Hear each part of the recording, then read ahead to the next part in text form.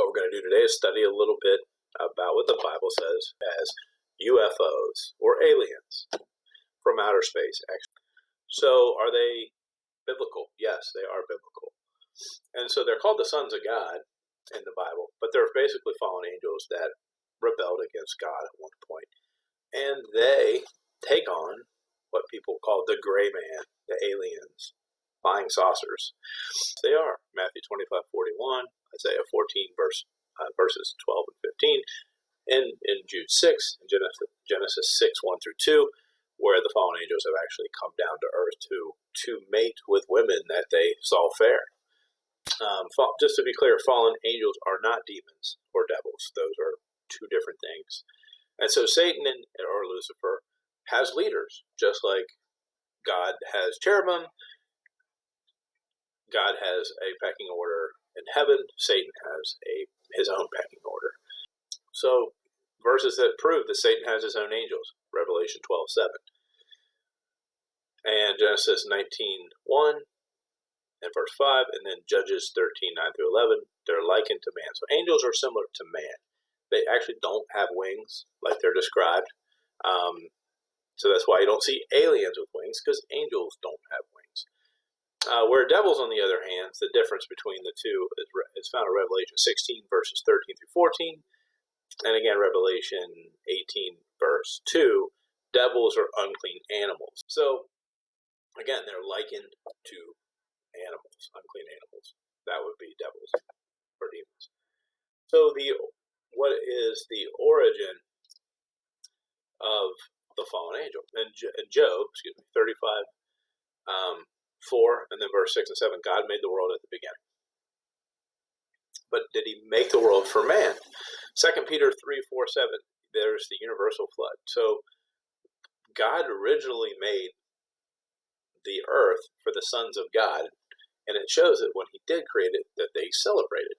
And Lucifer lived upon the earth in the Garden of Eden and ruled upon it. And he was a king of Titus, at which you can look up King of Titus in the Bible. But that was Lucifer on earth. And what he did when he was on earth, he wanted to be higher than the Most High. He wanted to rise above the top of Mount Zion and be greater than God. And he fell from his spot as sort of acting as king of the earth for the Lord. And in Genesis, verse 1:1-3, that's where that gap fact is found between verse 1 and 2, where it looked like it was created, the earth, and then it was destroyed. And then it was just recreated for man. So man replaced Satan. So if you wonder why Satan wants to destroy you or us as mankind, that's the reason. We have basically taken what he believes is his. And so he hates us for that. In the Bible, fallen angels walk among us today. And in Genesis, you can quickly go see that there is mighty men of old, men of renown, listed in the Bible when the angels came at a later date, before Noah's flood and after the great universal flood. Man was populating the earth, and the angels that were up here were tempted to come down by the beauty of women, and they mated with women, and they made these men of renown, giants essentially. So you get these superhero type characters that you see in Greek mythology, that you'll see in Indians' culture, that you'll see in almost every culture around the world, of giants and sort of mixed creatures of power. And in fact, in Numbers 13:33, there we saw giants. We were as grasshoppers to them. So that, shows in the Bible that there were giants. They lived in certain areas. It even mentions the areas. So today you could probably go to those areas, you might find giants. Or not.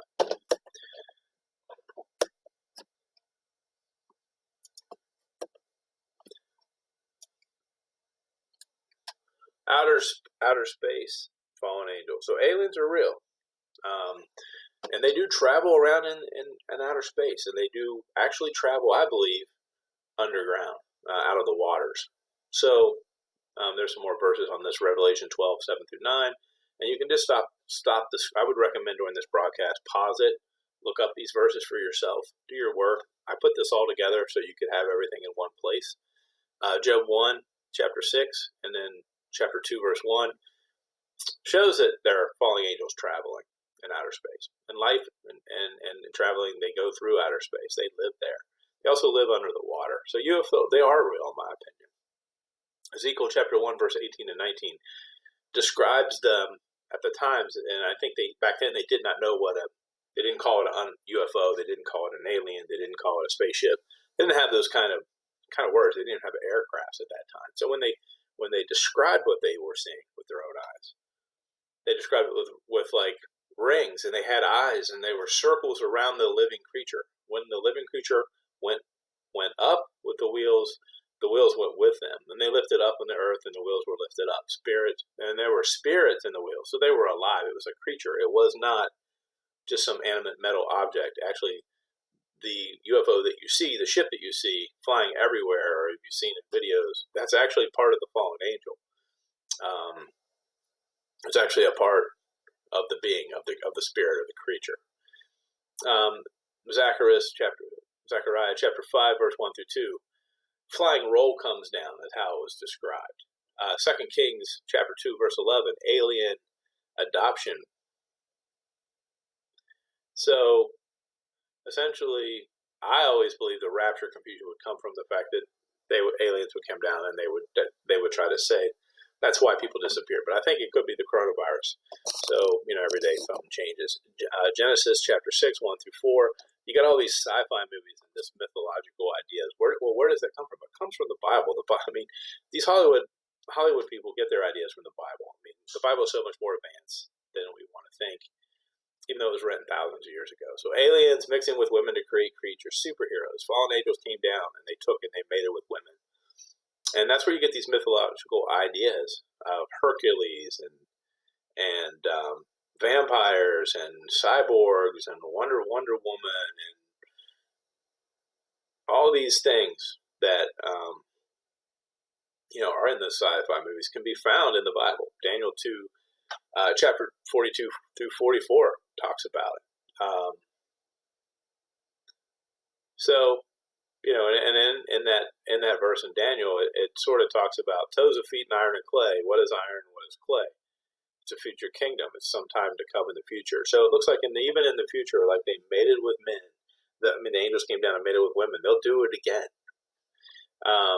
Clay is a representation of men because we were created from the dust. So that's when you have iron. That's something stronger than the flesh is stronger than our flesh mixed with our flesh, and that's why Daniel chapter 2 verses 42 through 44 show that there again will come down upon the earth. They're in the sea. They show they're in the sea. Revelation 9, 1 through 3, and verse 11. King of the sea, Apollyon. So that's something that's mentioned. Davy Jones and the Bermuda Triangle. Creatures in the sea like the Loch Ness Monster. Where do you think they all come from? They come from the Bible. And not only did the fallen angels come down and mix with women, they also came down and mixed with strange flesh. Well, any flesh other than human flesh is a strange flesh. So they mixed with animals, created mythological creatures. And Jude chapter 6, verse 7, again, strange flesh was mentioned. And again, Matthew 24, verse 7. So after then, that makes a lot of sense why the great flood of Noah's time came along. There were evil in the land. There were hardly any good people. Why were they not good? Because they were mixed. Their blood was tainted with these fallen angels mixing of blood. That's why you have the Anunnaki, and you have that certain blood type that they say is of the angels. You've heard stories on that, and that they seek that out through genealogy, these satanic orders and cabals.